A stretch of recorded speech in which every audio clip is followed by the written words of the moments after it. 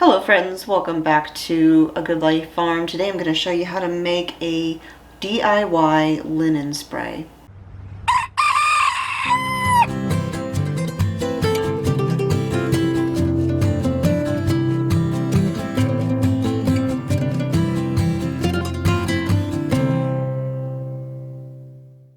So today is a really overcast and miserable day outside, and so I'm getting some things done here in the house, and one of the things that I'm doing is refreshing or resupplying my stock of DIY cleaners. Last week I showed how to make really economical glass and surface spray, and I mentioned how I use these glass bottles, but you can make all of these cleaning supplies even more economical by recycling spray bottles from other things. And these glass bottles often come with little labels like this one here on my fabric freshener.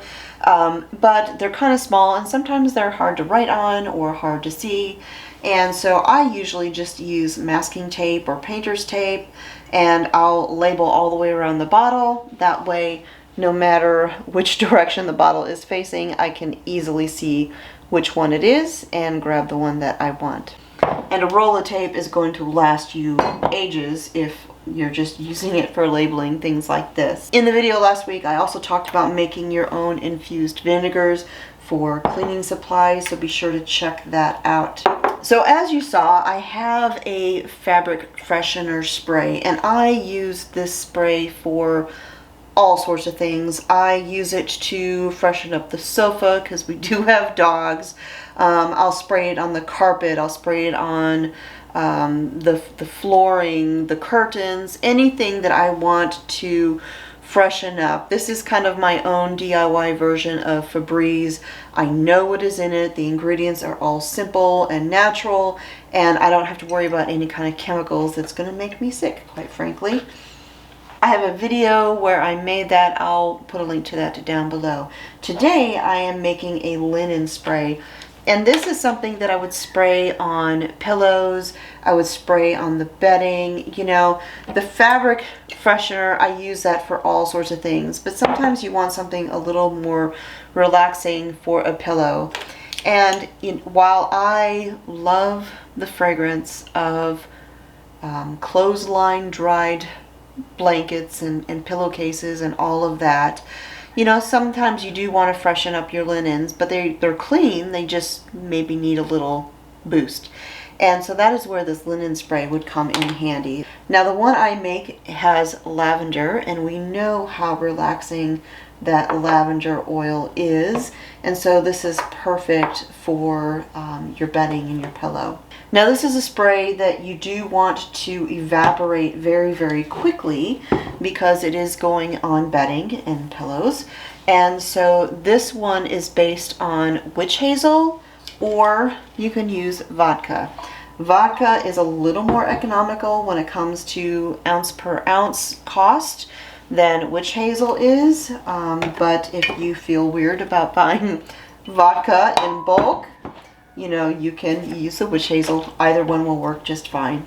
So I'm going to bring you down here and show you what I'm doing. So I have just a little 4-ounce bottle here, and you can make it in a smaller bottle or a larger bottle. It just depends upon how often you use this. I don't use it as often as, say, my fabric freshener, and when I use this, I'm usually spraying down whole rooms, and so of course I make this in the bigger bottle. But because I just use this for pillows or maybe when I'm turning down the bed, I don't use it as often, so I definitely make this in a smaller bottle.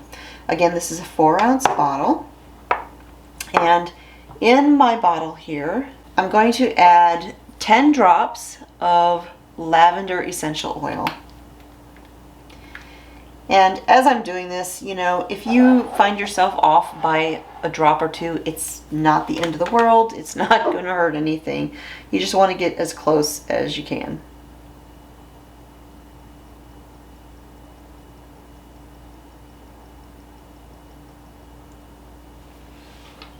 All right, I've got 10 drops there. Then I'm going to add in a little bit of citrus, and today I'm going to use some wild orange. I'm going to put 5 drops of this.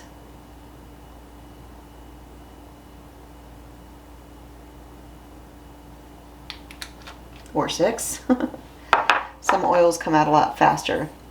And then I'm going to add in 4 drops of vanilla.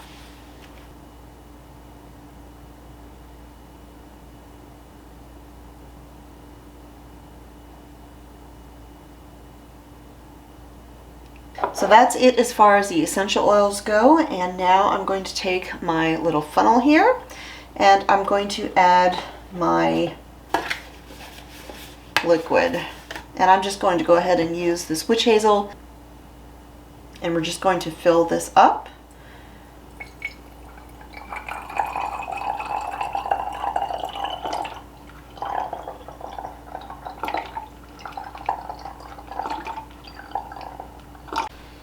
Put the cap on, and that is it. Now they do make an additive that you can put in here, an emulsifier that will keep the oils basically dissolved and broken down into the liquid. I have never used anything like that. All I do is when I go to use the spray, I just shake it. I just shake it really, really hard to get it all mixed in there, and I'll shake it every time I spray it. And that is it. I don't have to add anything else. And I do that for my fabric spray and everything else. Now you can change up the oils that you use in this. You can make it a more citrusy fragrance, whatever you like to use. The only thing I would remind you is if you are using something that is a dark oil, because you know all oils are different. Some dark oils can leave stains on your linen, so you want to be very careful what kind of oils you use and what kind of linens you're putting them on. It might be good to spray, like say, the corner of a sheet down at the bottom where you wouldn't really notice it if it's going to leave a mark, and just test it out and make sure that you are good to go. And over on my website, I have a category of content that is called Homemaker Helps. And there you can find other DIY cleaning supplies and recipes, as well as organizational tips, cleaning, organizing charts, and all sorts of things. So I will put a link to that down below. Be sure to sign up for my free email newsletter, and you will not miss anything that happens here on the homestead. My name is Constance at A Good Life Farm, and I'll talk to y'all next time.